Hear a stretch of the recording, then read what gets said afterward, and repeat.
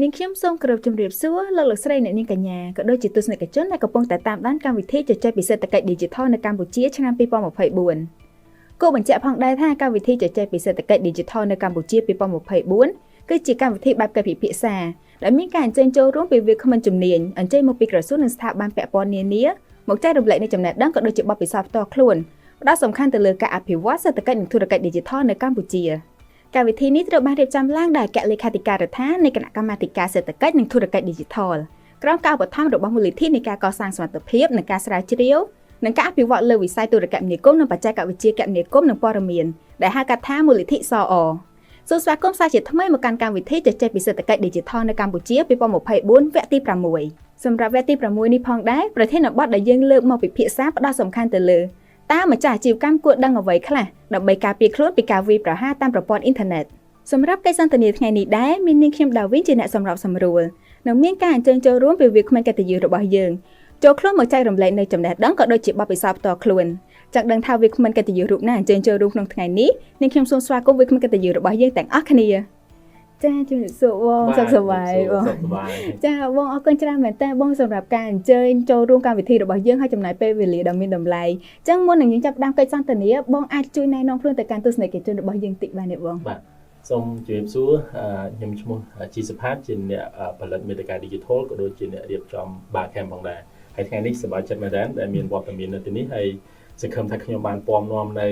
ចំណេះដឹងឬក៏គន្លឹះមួយចំនួនអាចជាប្រយោជន៍សម្រាប់អ្នកចូលរួមថ្ងៃនេះហើយបើសិនគិតថាមានប្រយោជន៍ចាំជួយ share និង comment មួយបងចាអរគុណច្រើនមែនតើបងចឹងដូចដែលបងបានដឹងហើយថាមិនថាម្ចាស់អាជីវកម្មធុនតូចឬមធ្យមទេគឺគាត់ព្យាយាមចាប់យកបច្ចេកវិទ្យា Digital ចូលទៅក្នុងប្រតិបត្តិការអាជីវកម្មរបស់គាត់មិនថាការលក់ការផ្សព្វផ្សាយការកត់ស្តុកឬក៏ការទូទាត់ប្រាក់ជាដើមប៉ុន្តែការចាប់យកបច្ចេកវិទ្យា Digital នេះតែងតែមានជា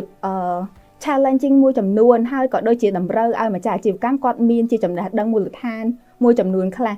ចំនួនដំបូងដែលចង់សួរទៅកាន់បងគឺថាតើបងយល់ឃើញយ៉ាងណាដែរសម្រាប់ពាក្យថាការវាយប្រហារតាមប្រព័ន្ធអ៊ីនធឺណិតដែលយើងស្គាល់ថាជា cyber attack បងមែនតើការវាយប្រហារវាជារឿងមួយដែលគួរខ្លាចមែនតើអញ្ចឹងមុននឹងយើងចូលទៅកាន់ស៊ីជម្រៅទៅលើការវាយប្រហារនេះហើយយើងផ្ដោតទៅលើអាជីវករក៏ដូចជាអ្នករកស៊ីមួយចំនួននៅក្នុងប្រទេសកម្ពុជារបស់យើងត្រូវយល់សិនថាការវាយប្រហារទាំងអស់ហ្នឹងមានន័យយ៉ាងណារាល់ការវាយប្រហារទាំងអស់ព្រោះមូលហេតុដែលខ្ញុំចង់លើកឡើងនេះព្រោះអ្នកមួយចំនួនក្មេងៗជាពិសេសក្មេងៗអ្នកមួយចំនួនដែលគាត់សិក្សាស្រាវជ្រាវទៅលើប្រព័ន្ធបច្ចេកវិទ្យាហើយគាត់អត់ចាប់អារម្មណ៍ថាខ្លួនឯងកំពុងតែវាយប្រហារអ្នកដទៃទេអានេះគឺជារឿងមួយដែលគួរខ្លាចជាងការគាត់អត់ទាន់ដឹងណាអញ្ចឹងការវាយប្រហារតាមប្រព័ន្ធ Digital គឺជាទង្វើទាំងឡាយណាដែលអាចធ្វើឲ្យប៉ះពាល់ដល់ផលប្រយោជន៍ដល់អ្នកដទៃឬក៏អាចធ្វើឲ្យអ្នកដទៃមានបញ្ហាណាមួយកើតឡើងទាំងសុវត្ថិភាពទាំងព័ត៌មាននិងរឿងជាច្រើនផ្សេងទៀតអញ្ចឹងទាំងអស់ហ្នឹងគឺជារឿងមួយដែលអាចយើងទទួលខុសត្រូវមុខច្បាប់ទៀតអញ្ចឹងអានេះគឺជារឿងមួយដែលបងប្អូនជាពិសេសបងប្អូនគាត់គួរតែដឹងព្រោះអ្នកមួយចំនួនគាត់អត់ទាន់ដឹងថាគាត់កំពុងវាយប្រហាររបស់គេវាយប្រហារគេទេអញ្ចឹងអានេះខ្ញុំសង្ឃឹមថាពួកគាត់ស្ដាប់អេពីសូតនេះហើយគាត់ចាប់អារម្មណ៍ខ្លួនឯងតិចដែរចាអរគុណច្រើនមែនតើបងសម្រាប់ការបកស្រាយយ៉ាងក្បោះក្បាយតើតឹងទៅលើថាតើអ្វីទៅជាការវាយប្រហារតាមប្រព័ន្ធអ៊ីនធឺណិតខ្ញុំសូមភ្ជាប់ទៅសំណួរបន្តទៀតបងថាតើការវាយប្រហារដែលកើតឡើងជាញឹកញាប់ខ្លាំងមែនតើហើយអាចថាមនុស្សជាច្រើនបានជួបហ្នឹងគឺមានអ្វីខ្លះទៅបងអាចមានច្រើនទម្រង់ប៉ុន្តែខ្ញុំអាចស្រង់នៅទម្រង់មួយចំនួនដែលកើតមានជាប្រចាំនៅក្នុងបណ្ដាញសង្គមទស្សនវិជ្ជា Digital ផ្សេងៗយើងដឹងហើយនៅក្នុងស្រុកយើងអាជីវកម្មមានច្រើនទម្រង់ជាអ្នកខ្លះក៏គាត់លក់នៅតាមផ្សារអ្នកមួយចំនួនគាត់ចាប់ផ្ដើមជ្រើសរើសយកប្រព័ន្ធ Digital ឬក៏គាត់អាចថាត្រឹមជាបណ្ដាញសង្គមលក់តាមបណ្ដាញសង្គមហោហែអញ្ចឹងទៅយកមកប្រើប្រាស់ការធ្វើអាជីវកម្មរបស់ពួកគាត់អញ្ចឹងទម្រង់នៃការបោកបញ្ឆោតក៏វាអាចមានកើតឡើងតាមហ្នឹងដែរទម្រង់គឺមានច្រើនមានទាំងអ្នកលក់គាត់ដើរតួជាអ្នកលក់ទៅបោកបញ្ឆោតអ្នកទិញក៏មានពីអ្នកទិញមកបោកបញ្ឆោតអ្នកលក់ក៏មានដែរទម្រង់ទាំងអស់ហ្នឹងជួនកាលងាយទេគេគ្រាន់តែប្រើទម្រង់ Digital ទូចសាមញ្ញមួយដែលអាចជួនកាលគាត់គ្រាន់តែប្រើប្រាស់វិធីក្លែងបន្លំអ្នកណាម្នាក់ទៅបោកបញ្ឆោតម្នាក់ទៀតក៏មានដែរអាហ្នឹងជាវិធីងាយរូបភាពនៃការប្រើប្រាស់របស់គាត់គេឲ្យឈ្មោះថាការស្ទូចឬក៏ phishing ពាក្យនេះបច្ចេកទេសបន្តិចប៉ុន្តែ phishing នេះមានន័យថាគាត់កំពុងតែដាក់នុយឲ្យអ្នកណាម្នាក់ចូលក្នុងវិធីសាស្ត្ររបស់ពួកគាត់ជាវិធីសាស្ត្រផ្សេងៗអញ្ចឹងទៅអញ្ចឹងអាចធ្វើឲ្យ អ្នកជនរងគ្រោះហ្នឹងគាត់នឹងអាចចូលផ្ដល់ជាព័ត៌មានអាចខាតបង់ជាលុយកាក់អានេះសំខាន់មែនតើ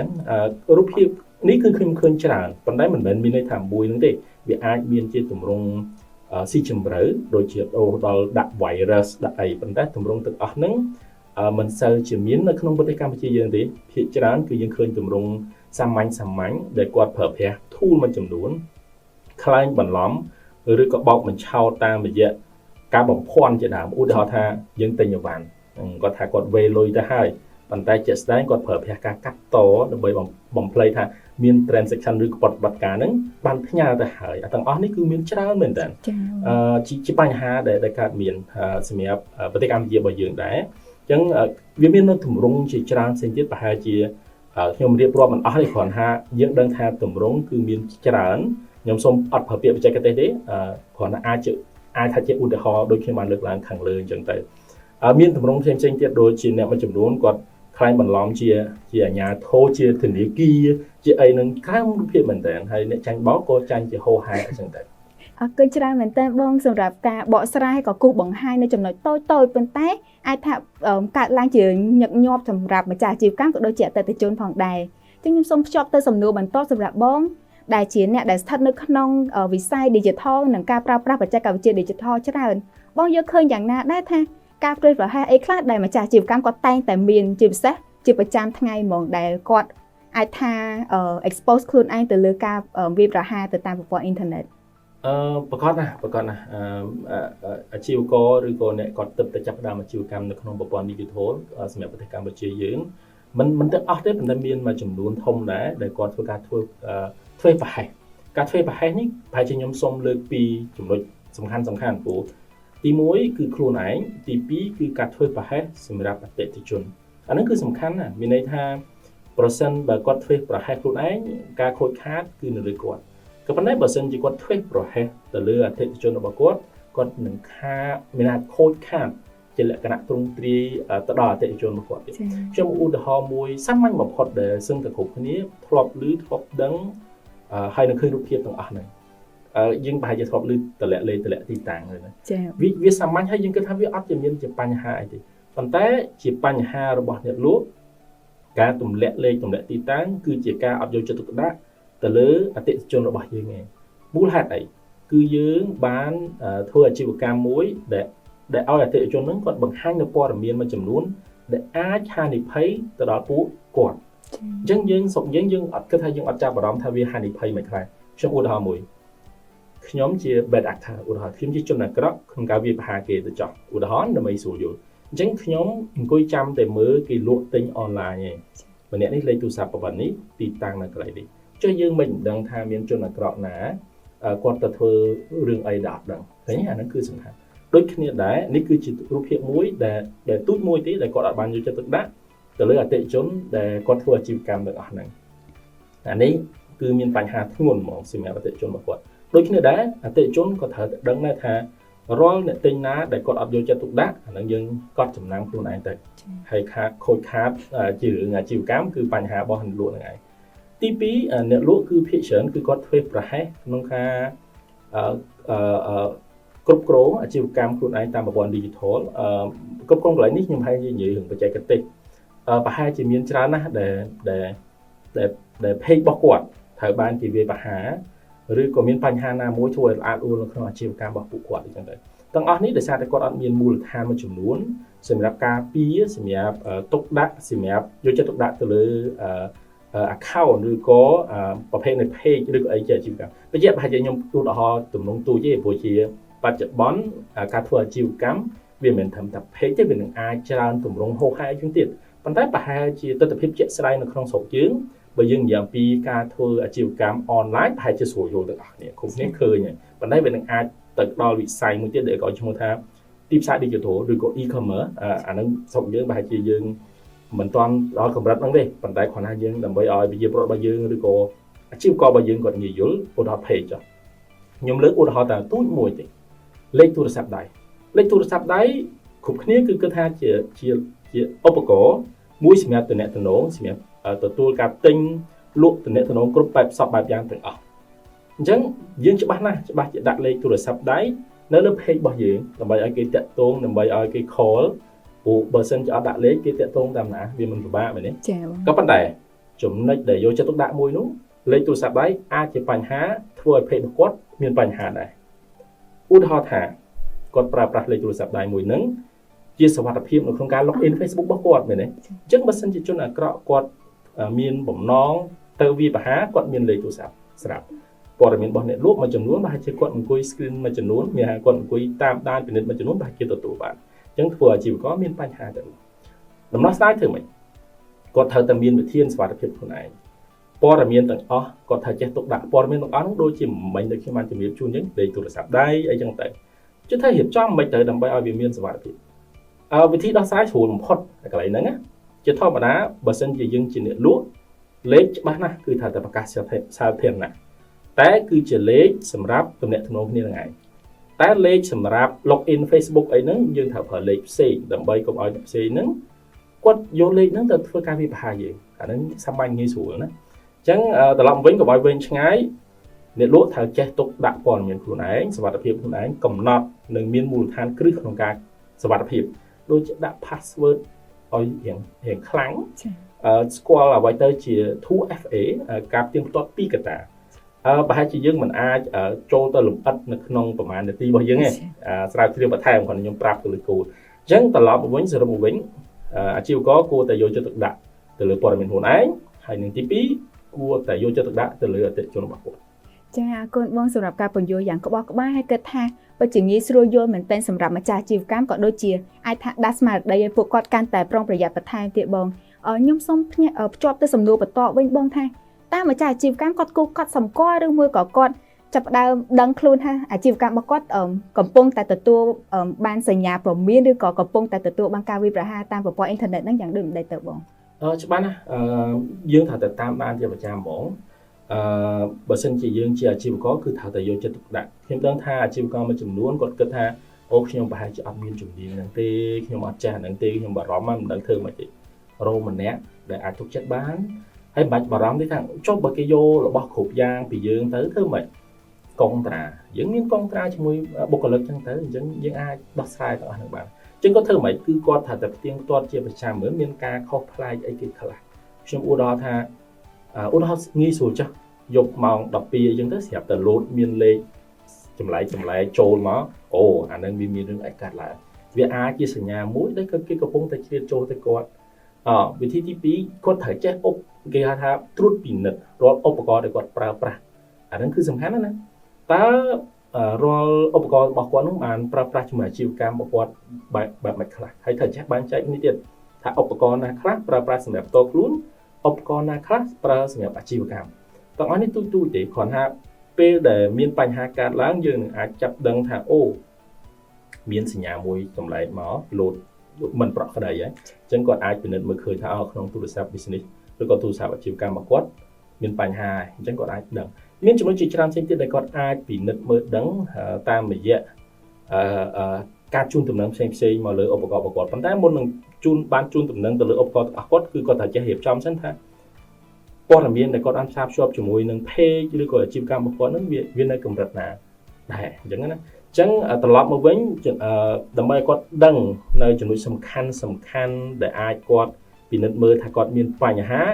ខ្ញុំសូមបែងចែកទី1គឺ account របស់គាត់ព្រោះពេលខ្លះគេអត់ទាន់វាបហាទៅដល់ business របស់គាត់ឬអាជីវកម្មរបស់គាត់ទេអាចជាគាត់អញ្ចឹងក្នុងព័ត៌មានរបស់ពួកគាត់គឺត្រូវតែពិនិត្យមើលថាតើ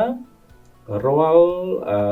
ការជូនដំណឹងផ្សេងពី platform បញ្ជាក់ការជូនដំណឹងមួយចំនួនក៏អាចជាការជូនដំណឹងពីជនអាក្រក់ដែរគាត់ត្រូវចេះវិភាគទាំងអស់ហ្នឹងហើយប្រសិនបើគិតថាខ្លួនឯងអត់មានជំនាញច្បាស់លាស់ព្យាយាមរកអ្នកដែលគាត់មានជំនាញមានក្រមសីលធម៌តាមទៅព្រោះពេលខ្លះការរកអ្នកដែលគាត់ជួយបើសិនជារកមិនត្រូវក៏អាចមានបញ្ហាដល់អាជីវកម្មរបស់គាត់ដែរព្រោះអ្នកជំនាញនៅក្នុងវិស័យ digital សុវត្ថិភាព digital នេះក៏មិនជាច្រើនប្រហែលដែរនៅក្នុងស្រុកខ្មែរយើងអញ្ចឹងបើខ្ញុំហ្មងសម្រាប់អាជីវករថ្មីការជូនដំណឹងពី platform មួយដែលអាចឲ្យមានបញ្ហា warning ហ្នឹងគឺជារឿងសំខាន់មែនដែរតែជាក់ស្ដែងវាមានរឿងច្រើនអញ្ចឹងនឹងបន្តទៀតប៉ុន្តែខ្ញុំគិតថាពេលវេលារបស់យើងក៏វាមិនមានច្រើនដែរអញ្ចឹងខ្ញុំគិតថា យើងអាចផ្ដល់ជាចំណុចប៉ុណ្ណឹងសិនទៅណា អរគុណច្រើនមែនតើបងសម្រាប់ចម្លើយក៏ដូចជាការបកស្រាយនិងគូបង្ហាញយ៉ាងក្បោះក្បាយជាចុងក្រោយគឺសំណួរមួយដែលជូនទៅកាន់បងក្នុងនាមបងជាអ្នកដែលមានជំនាញច្រើនទៅលើផ្នែកបច្ចេកវិទ្យា Digital ក៏ដូចជាការការពារខ្លួនពីការវាយប្រហារតាមប្រព័ន្ធអ៊ីនធឺណិតនេះផងដែរតើបងមានជាសារដាស់តឿនឬមួយក៏ជាគន្លឹះសំខាន់អ្វីខ្លះជាពិសេសជូនទៅកាន់ម្ចាស់អាជីវកម្មដែលគាត់មានធនតូចនិងមធ្យមបាទប្រកបណាខ្ញុំប្រហែលជាចង់លើកទឹកចិត្តពួកគាត់ស្រាវជ្រាវបន្ថែមបើសិនជាគិតថាខ្លួនឯងអត់មានចំណេះដឹងគ្រប់គ្រាន់គួរតែរកអ្នកដែលគាត់មានជំនាញអាចទុកចិត្តបានហើយបើសិនជាមិនទុកចិត្តទេយើងអាចមានវិធីសាស្ត្រនៅក្នុងការចាក់ស្រេះជាមួយនឹងបុគ្គលិកទាំងអស់នឹងតាមរយៈកងត្រាក៏ដោយអីក៏ដោយប៉ុន្តែយ៉ាងណាក៏ដោយប្រសិនបើយើងអត់មានជំនាញច្បាស់ឲ្យតែយើងយល់អំពីដំណើរការនៃសុវត្ថិភាពទាំងអស់ហ្នឹងខ្ញុំគិតថាអាចជួយគាត់បានហើយព្រោះច្បាស់ណាស់គាត់អត់អាចកិច្ចបានទេបច្ចេកវិទ្យាគឺទៅមុខគាត់ត្រូវតែរៀនអំពីបច្ចេកវិទ្យាដើម្បីអភិវឌ្ឍអាជីវកម្មរបស់គាត់តាំងពីដំបូងទៅអញ្ចឹងកិច្ចអត់ផុតទេបើចង់រីកចម្រើនត្រូវរៀនបច្ចេកវិទ្យាបន្ថែមដើម្បីឲ្យមានសុវត្ថិភាពនៅលើបច្ចេកវិទ្យាដែលយើងកំពុងប្រើប្រាស់យើងត្រូវតែស្វែងយល់បន្ថែមបើយើងគិតថាយើងមិនមានជំនាញច្បាស់លាស់គឺត្រូវតែរកអ្នកដែលគាត់ទុកចិត្តបានរកវិធីសាស្ត្រទប់ស្កាត់ទាំងអស់ហ្នឹងអានេះគឺជាអ្វីដែលខ្ញុំចង់ឲ្យគាត់ដឹងក៏ប៉ុន្តែមូលដ្ឋានមួយចំនួនសូមការពាររាល់ព័ត៌មានឯកជនរបស់យើងនិងអាជីវកម្មរបស់យើងឲ្យបានល្អគឺជារឿងសំខាន់មែនទេហើយយកចិត្តទុកដាក់ទៅលើចំណេះដឹងមូលដ្ឋានតិចតួចមិនបាច់ជាច្រើនអីទេ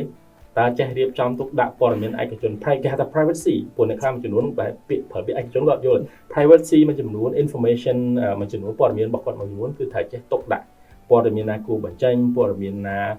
គួរតែបង្ហាញព័ត៌មានណាដែលគួរតែមិនបង្ហាញគឺត្រូវចេះកំណត់អាហ្នឹងមួយពីរគឺត្រូវចេះការកំណត់សុវត្ថិភាព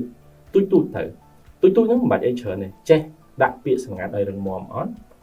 ពាក្យសម្ងាត់បើយើងច្រើនពេកយើងមានវិធីសាស្ត្រក្នុងការកត់ត្រាដែរឬក៏អត់យើងបន្ទាប់ពីមានពាក្យសម្ងាត់ហើយយើងមានគេហៅថាការទៀងទាត់ពីកត្តា 2FA ដែរឬអត់ដើម្បីទៀងទាត់ទាំងអស់ហ្នឹងអានេះសត្វមួយណាអញ្ចឹងបើសិនជាមិនទាន់អស់ចិត្តទាំងអស់ហ្នឹងទេរហូអ្នកជំនាញរហូអ្នកដែលគាត់ធ្វើការរឿងហ្នឹងបើមិនពឹងពាក់បានទេយើងអាចជួលជាសេវាកម្មតិចតួចតាមលទ្ធភាពជាក់ស្ដែងឲ្យគេប្រឹក្សាយោបល់ពិនិត្យមើលថា page របស់យើងជាប្រចាំហ្នឹងមានបញ្ហាអីដែរអត់អញ្ចឹងខ្ញុំគិតថាទាំងអស់នេះអាចជួយគាត់ច្រើនហើយខ្ញុំយល់ថាវីដេអូនេះក៏អាចជាផ្នែកមួយសម្រាប់ពួកគាត់ដែរនៅក្នុងការស្វែងយល់បន្ថែមមិនមែនជាការអនុវត្តទេប៉ុន្តែស្វែងយល់បន្ថែមសូមរកអ្នកជំនាញដើម្បីពិភាក្សាបន្ថែមនិងប្រឹក្សាយោបល់ក្នុងការអនុវត្តអាជីវកម្មរបស់គាត់ផ្នែកសុវត្ថិភាព digitalចាអរគុណច្រើនខ្លាំងមែនតើបងសម្រាប់ចំណាយពេលវេលាដ៏មានតម្លៃហើយក៏បានផ្ដល់ជាទស្សនៈទាញច្រើនខ្លាំងមែនតើទៅលើប្រធានបទរបស់យើងនៅក្នុងថ្ងៃនេះដែរទន្ទឹមគ្នានេះដែរកម្មវិធីរបស់យើងក៏បានឈានចូលមកដល់ទីបញ្ចប់សង្ឃឹមថាទស្សនិកជនក៏ដូចជាម្ចាស់អាជីវកម្មធុនតូចនិងមធ្យមទទួលបាននូវចំណេះដឹងកាន់តែស៊ីជម្រៅបន្ថែមពីរបៀបនៃការការពារខ្លួនពីការវាយប្រហារតាមប្រព័ន្ធអ៊ីនធឺណិតជាមួយគ្នានេះដែរនាងខ្ញុំក៏សូមអរគុណទៅកាន់ទស្សនិកជនដែលបានតាមដានកម្មវិធីជជែកពីសេដ្ឋកិច្ច Digital នៅកម្ពុជា2024តាំងពីដើមកម្មវិធីរហូតដល់ចប់ដើម្បីទទួលបាននូវព័ត៌មានក៏ដូចជាចំណេះដឹងបន្ថែមទាក់ទងទៅលើសេដ្ឋកិច្ចនិងធុរកិច្ច Digital នៅកម្ពុជាសូមតាមដានគេហទំព័រ Facebook ផ្លូវការរបស់គណៈកម្មាធិការសេដ្ឋកិច្ចនិងធុរកិច្ច Digital ក៏ដូចជាចូលរួម Channel Telegram របស់យើងផងដែរខណៈពេលនេះដែរនាងខ្ញុំជាអ្នកសម្របសម្រួលនិងវាគ្មិនកិត្តិយសសូមអរគុណសូមគោរពលា